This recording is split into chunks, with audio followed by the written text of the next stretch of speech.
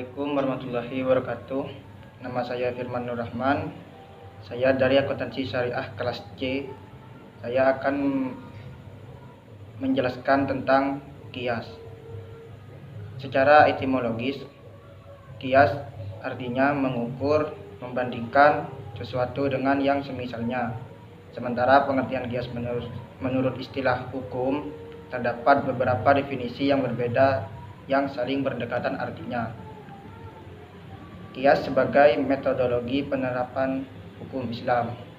Hasanah Islam dalam bidang hukum yang merupakan pemecah segala problematika yang berkaitan dengan perbuatan manusia hingga akhir zaman, di mana Al-Quran sudah tidak diturunkan lagi dan Nabi sebagai pembawa risalah telah tiada, maka telah meniscayakan adanya kias sebagai salah satu sumber hukum dalam Islam setelah ijma sahabat.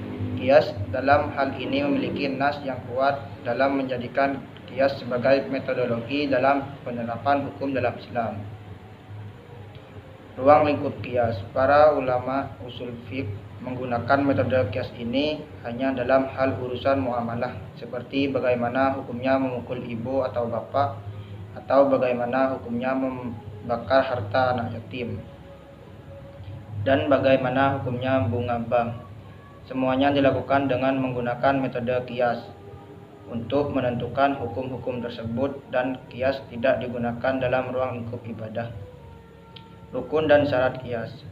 Rukun atau unsur yang harus ada dalam kias ada 4. Yang pertama, asal.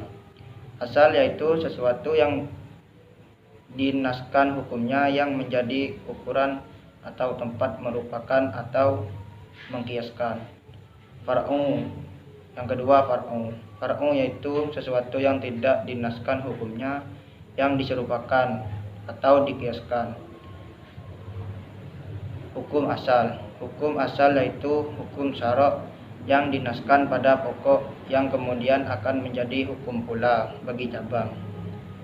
Yang keempat, ilat, yaitu sebab yang menyambungkan pokok dengan cabangnya. Maka berbicara tentang kias akan lebih banyak berbicara tentang ilat hukum ini.